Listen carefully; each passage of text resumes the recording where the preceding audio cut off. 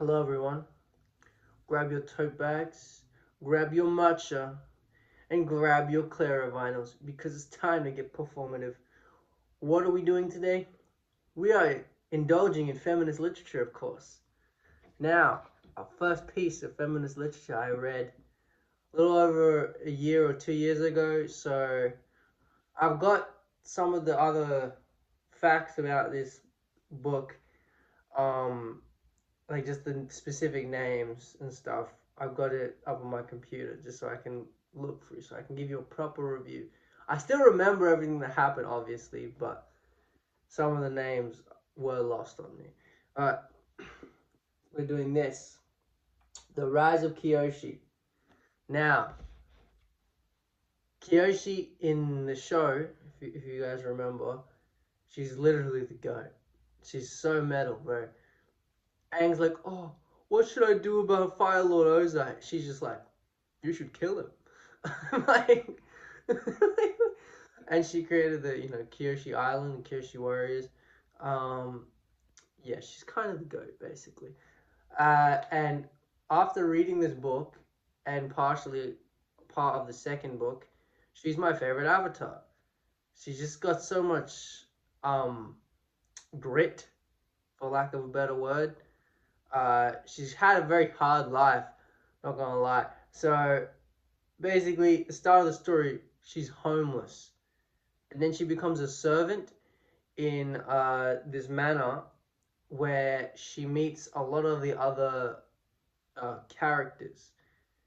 Um, and actually, when she's homeless as a kid, she's relentlessly bullied, and yeah, it's very classist place where she lives in. Um, and the reason she's homeless is because her parents dropped her off there. Her mother is an airbender, and her father is an earthbender. You find that out later.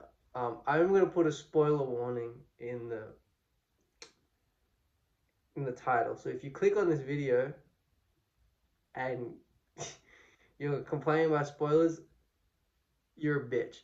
Um, well, basically, yeah. So she's homeless. She's broke, and then she during the avatar testing thing, you have these two guys. You have Kelsang, who's an airbender monk, and then you have Jianzu, um, who is a earthbender. Then they're both masters in their field.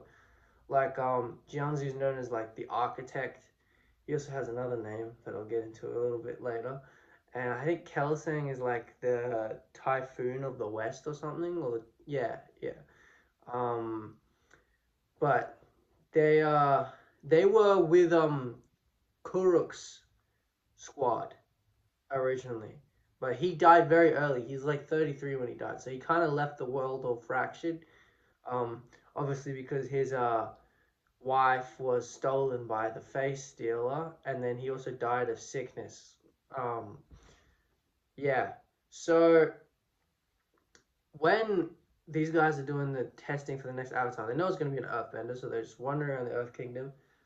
And Kyoshi doesn't get fully tested, but it's enough for Kelsang to be like, hmm.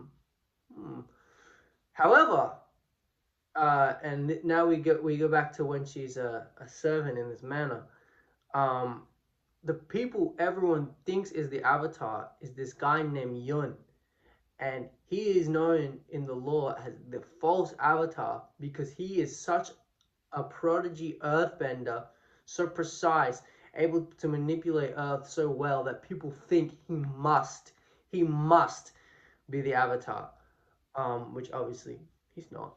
Um, and him and Kiyoshi end up becoming friends, as well as Ranji, who's a firebender. She's a firebender. She's the daughter to this like firebending general or high-ranking official who also was part of Kuruk's squad. Actually, let me just look up her name. Not Ranji.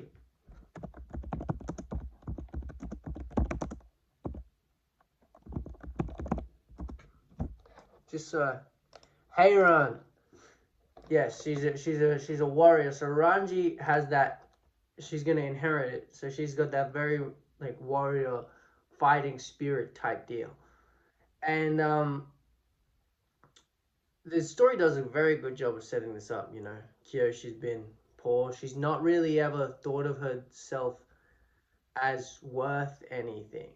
And I think that really plays into when she actually finds out she could be the Avatar, and then she finds out she is the Avatar. She has the most crazy imposter syndrome, being the Avatar. She just feels like she doesn't deserve it. It should have been Yun. But let's just skip forward a little bit. So when it's suspected that Kyoshi could be the Avatar, it's because they there's this pirate group that they go and try and broker a treaty with in the Arctic. They're like a waterbending pirate group, basically. And Kiyoshi's first time bending, she lifts the fucking seafloor of the Arctic. So then people are like, holy shit, she could be the Avatar. And she kind of like saves everybody as well. Uh, and the thing with Kyoshi that makes her really interesting as an avatar is that she doesn't struggle with like actually bending the elements like Aang did, or you know, Korra. She was kind of a prodigy, but she really struggled with air. Kyoshi does not have that.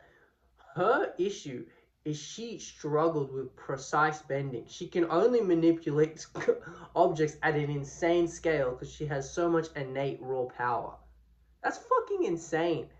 Um, so now they're like, oh, holy shit, she could be the Avatar. So Jianzu has the bright idea to take Yun and Kyoshi to do some training. And then where he takes them is this place where it's like a bridge between the spirit world, and they interact with, they summon this guy called Father Glowworm. And just look up what he looks like. He's fucking crazy looking. He kind of looks like a beholder from D&D, but basically they have to give part of their blood uh, to test, and he eats it, and then he's like, that one's the Avatar. Uh, and then he's like, Father Glowworm's like, well, it's Kyoshi, and since you kind of wasted my time, I'm gonna take Yun. And he fucking just steals Yun into the spirit world. And spoiler alert, he doesn't die. But anyway, then this sends Kyoshi into a fit of rage because Jianzu just got Yun killed. And she's like, you're fucking insane. And yeah, she tries to fight him, but you know, Jianzu is literally known as the architect because he's that good of a precision bender. Like, he's basically using earth bending like a Green Lantern uses their constructs. Like, he actually cooks her. And Kelsang swoops in with his Sky Bison, saves Kyoshi, has to fend off Jianzu, and he gets cooked. He dies. Which Kyoshi was always closer to Kelsang. He's like a surrogate father. So, you know, she's even more distraught. And then they go back to the manor before Jianzu can get there, and she leaves, and Ranji goes with her because Ranji's the goat. Um, so then most of the story is just her avoiding Jianzu and learning how to master the other elements, and they meet this ragtag band of people, and they are called the Flying Opera Company. Um, and they have like a fucking bison insignia, I'm pretty sure. Now, they are a group of bandits. Because you get some more Kyoshi lore. Her parents are former Dao Fei members. They're a bandit gang, and this was their gang.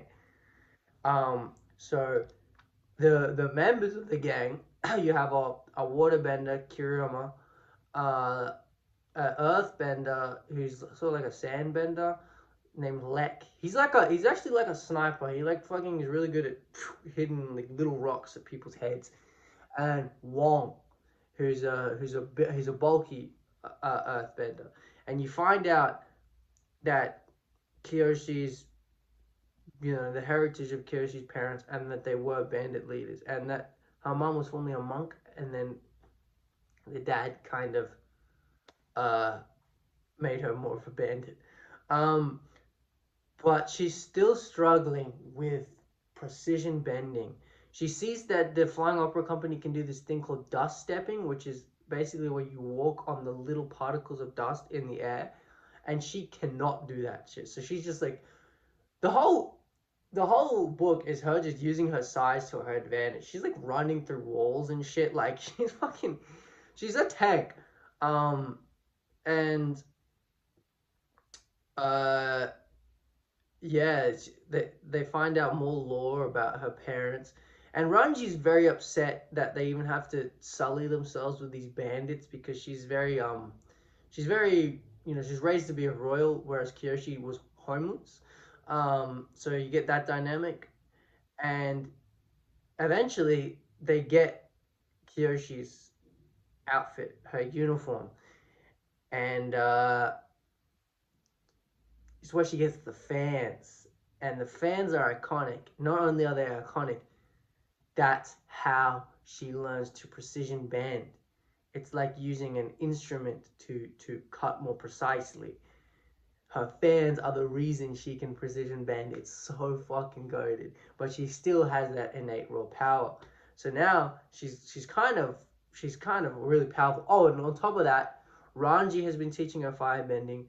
Kirama has been teaching her water bending, and Lek and Wong have been teaching her earth, well, more earth techniques.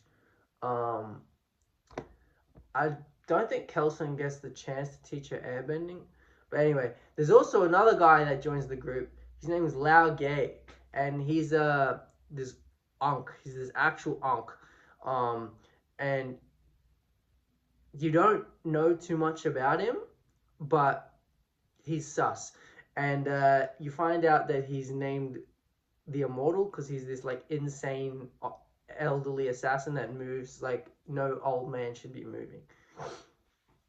And he teaches Kiyoshi about morality and basically, how to kill someone and not think about it. So yeah, they end up going to more bandit camps, and they encounter the Yellownecks, which are like this infamous bandit gang, and they also learn of Jianzu's other name, and for most of the story, he's trying to present himself as this like very well-adjusted person, this diplomat, but he does have the brutality that he's trying to hide.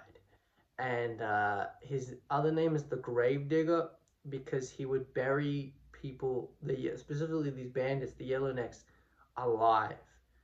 He would bury them alive, like thousands of them. He would bury them alive. Um, so this book is fucking metal.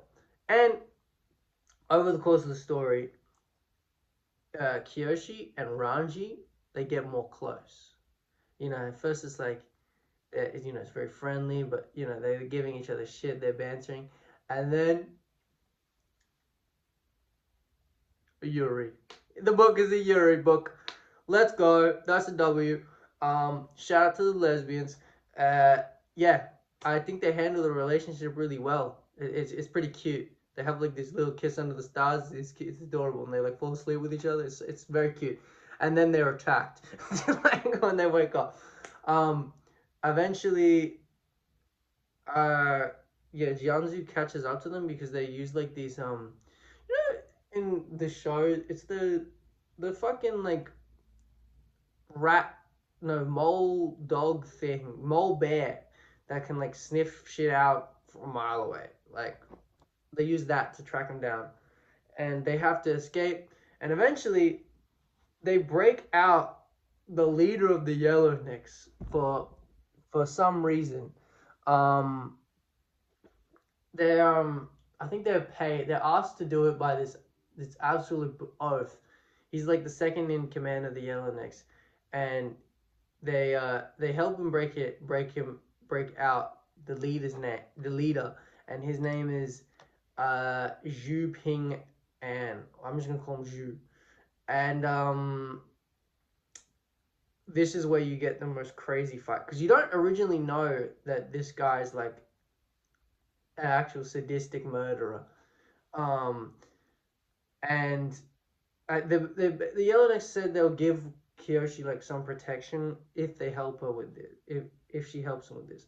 So they do it. She also learns to dust step here, and they kind of want to kill like this royal leader. She wants to assassinate, or she's been tasked to assassinate the royal leader that has Zhu. And when she goes there, breaks in, it's a fucking kid. But he is doing a shit job. Like he's a teenager. He's doing a dog shit job, and she's like, I could kill you right now. Pull your fucking head in. You need to be for your people. The story is very much um rooted in classism because of where Kiyoshi's from, and she just has that moral uh robustness of you need to look out for your people, even the ones that aren't affluent, that don't have the means to look after themselves. You should be doing that. So that you get a very good monologue from her there. But she also unintentionally breaks out. Well, not unintentionally. She doesn't really know who she's breaking out. They break out Zhu, and he's basically like, "Well, I'm gonna start burning fucking peasant villages now."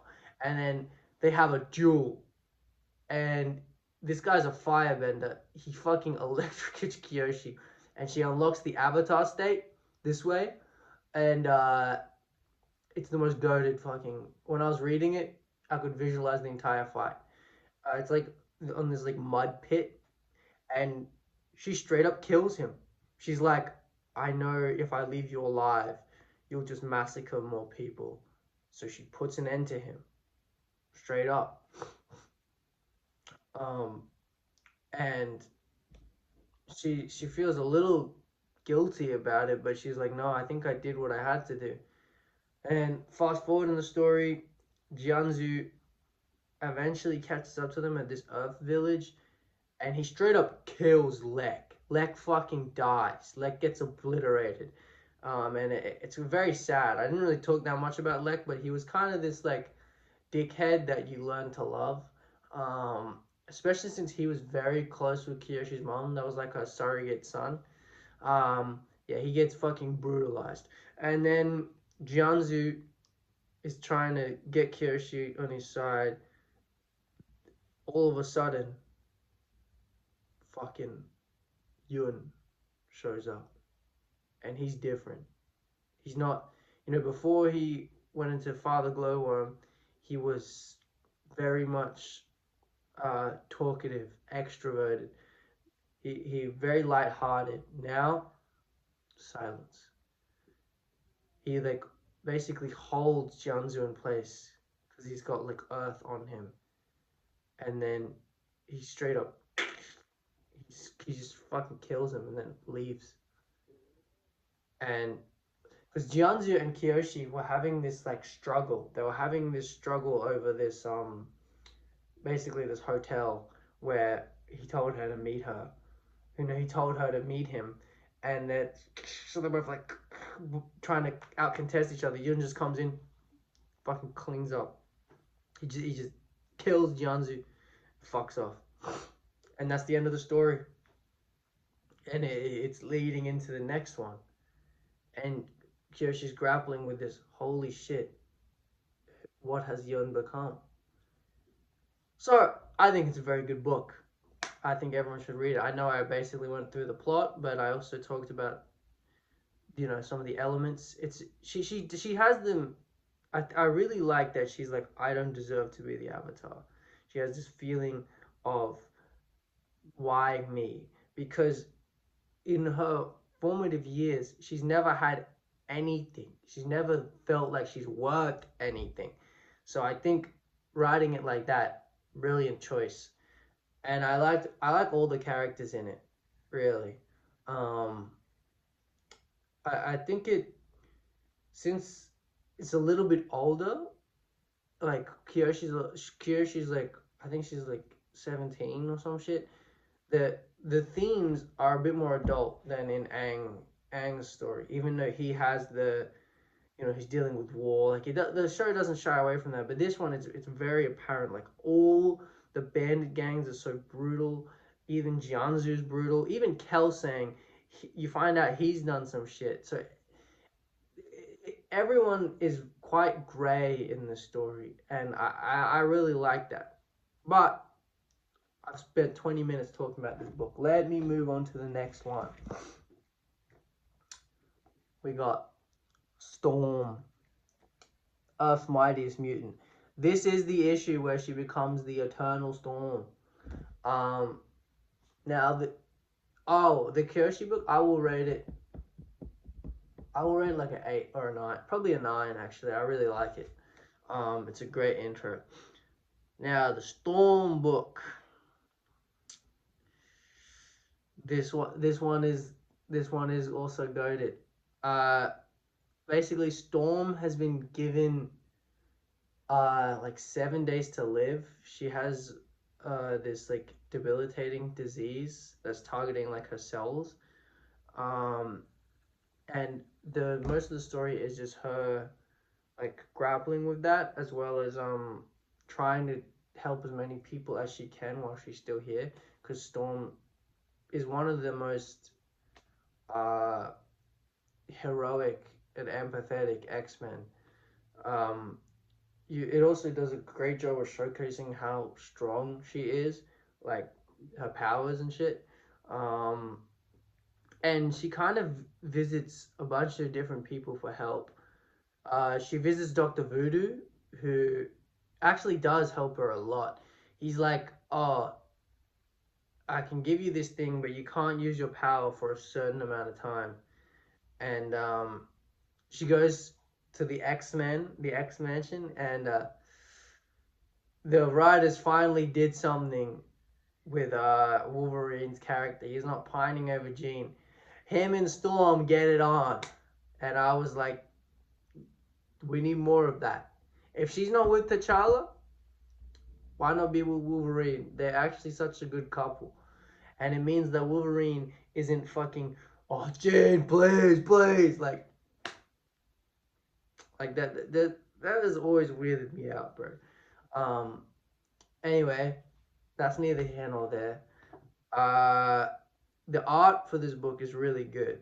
I like how well they draw Storm's hair, because the thing with um black comic book characters is that they get the short end of the stick, both in story and artistically, because they will have like no effort into their hair. But like look at this, right? Like right there. Look how flowing and effervescent it is, bro. Like I really appreciated that. And I like that she doesn't really take any shit. Like she calls out people's bullshit. I think that's very in character. Um and eventually, so we established that she was dying, but in order to prevent her death, Dr. Voodoo basically made this deal with like this wait, let me actually see what was the name of the thing he made a deal with. It's like this demon thing, basically. It's yeah, it's like this, it's an ancient spirit. An ancient spirit that gets rid of the radiation poison, because there's radiation poisoning that's killing her cells. And they established that at the very start of the book. And yeah, makes a deal with the ancient spirit to remove it, but she can't use her powers for a set amount of time, for like a few days. Now, uh, she goes to the X Mansion. Her and Wolverine get it on. Rogue finds out, and she's like, "Oh my god!" like And then after that, she's visited by this bird, and it's a bird, it's like this giant bird sent by Doctor Doom, and he's calling her to Latveria, and she goes, even though Rogue's like, that's a bad idea, you can't use your power, Storm. But she's like, no, I'm just gonna talk with him, and pretty much that's what they do for the most part. Uh, he treats her to a very nice meal, and I mean, Doctor Doom is clearly obsessed with her. He gives her this green dress. Look, see, um, wait, look, see, they're fucking having dinner, and he, yeah, he's clearly obsessed with her, and he actually gives her this food that is from her childhood, and you get her, she has like this childhood memory, which I thought was pretty cute. And eventually, Mr. Doom, Doctor Doom, he he tries to kill like the chef because he didn't make it exactly according to Aurora's memory, and she stops him because she's not with that shit. And then she uses her powers to try and stop Doom because she's that heroic, and the fucking ancient spirit straight up murks her. You just fuck like that, and she gets this really wholesome scene with her dad where she's like running into heaven, but the one of the other things that's set up in this book is Eternity is looking for a new herald, and seeing Storm's heroics, he's like, this will be my champion, and he claims Storm as a herald, and she basically gets a Super Saiyan power up where she becomes the Eternal Storm. I will show you the picture because it's fucking epic. And she actually mogs on the ancient spirit that just killed her. Um, look, she's mogging on the ancient spirit that just killed her. And then she has to the next part of it is it's setting up all the like eternal beings like Eternity, Oblivion, the Living Tribunal, and Oblivion and Eternity. They got a beef. They've got an ancient beef, and they can't actually fight each other. They have to use heralds. So um oh yeah, Doom is upset. He's like, no one can defeat Doom, and she just clicks her fingers and he fucking is obliterated. Um, but then yeah, she gets taken to the tribunal, and she has to fight Oblivion's champion. So yeah, it's setting up the next issue. I do like this. It's a bit shorter of a story, even for a comic, but it's still good. It's still really good. I would give it like a 7.5 or 8. I really like Storm's characterization in it. They don't do any character assassinations of her. Her dying because she just can't see, Doom execute this innocent man just because he made a mistake. That's very Storm in character for Storm, that she would willingly sacrifice herself like that just at the hopes of stopping some pointless death. Also, her and Wolverine, they're a cute couple, and also it means Wolverine's not going to be weird to Jean. So, I think they should explore that more. Uh, yeah, it's a good fucking book, man. Storm's bad as fuck too. Anyway, we got the last one because this video is getting very long. Absolute Wonder Woman. This is the most recent one I've read, and holy shit, is it metal. Um, she's raised in hell. She's the last Amazon because this is like, we gotta get rid of the Amazons. So she's taken to hell, and there's this. She's raised on this island in hell. So she's still raised on an island, but it's in hell, and the only other person there is Cersei the witch. And you're like, whoa, Cersei usually a Wonder Woman villain? Nah, in this one, she's her mom. She's her surrogate mother, and she's a witch still, and she teaches Wonder Woman magic, and it's fucking awesome.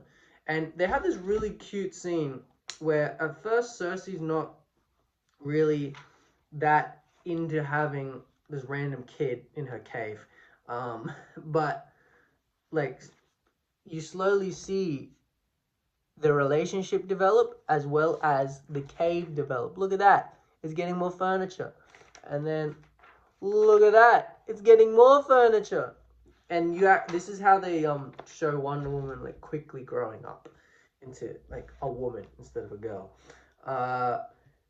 And fucking somehow Steve Trevor ends up in hell, and she helps him get out of it by like killing a Hydra. And then a lot of the story is just her fighting off these like hellspawn things that have been summoned by this giant ancient monster known as the Tetraseed. She like makes quick work of all the other ones besides the Tetraseed. She's literally like there's this like fat bird looking motherfucker that she sends back, and she's like, "You go tell your boss to fuck off." And it's the Tetraseed. And this is what that thing looks like genuinely huge. And it has this like call that if you hear it, you'll be drawn to it, and then it's just gonna eat you. And what I really like about this book is one, it's written by a woman, so uh, you don't get the Tom King fucking Wonder Woman writing, which is good. And another thing is, you know how Wonder Woman always like prays to different gods and like goddesses. In this one, she only prays to goddesses, and I think that's especially since she's just raised by a mom, and you know it makes sense for her character to do that. Also, she has an absolute arsenal of weapons. She's got like this blade of Athena. She's got this axe. She's got 3 different lassos that all do different shit. And the way she beats the Tetrasid, because she can't physically beat it. She like chops it almost in half with her sword by doing this magic to make it super big. Like she's such more of a creative fighter in this absolute Wonder Woman, but she still has the same like willpower and determination that Wonder Woman always has in every story. But now she's also got fucking armor. She's got a false arm. It's actually goaded. She's fucking. Also with the Tetraseed, you can't let it touch you. So she has to fight intelligently, and that's what I really like that it showed that. And she beats it. She beats it by wrapping around one of her green lasso and turning herself into a giant fucking Medusa, and she turns the thing to stone. And she has no idea if she's gonna be able to change back. But with Steve Trevor, she's fucking. Yeah. I, I'm sick of seeing Steve Trevor and shit, but he's actually pretty cool in this book. I'm still sick of seeing him, but he is cool in this book, and I really like the moments between Cersei and Wonder Woman. Like they have such a cute relationship.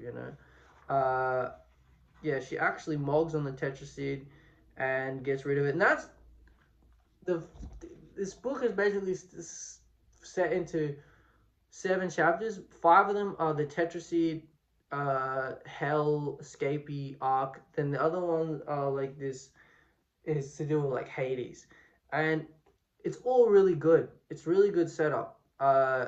I think this is probably the best Wonder Woman has been written in recent memory. And I would encourage everyone to check it out.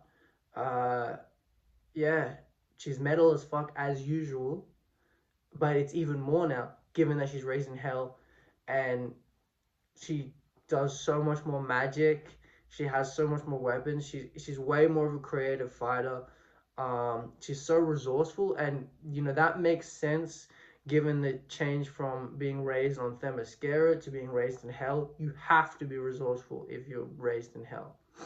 She slays many monsters. It's and she's slaying looks. Anyway, that's gonna be it. Um, for my performative feminist literature review.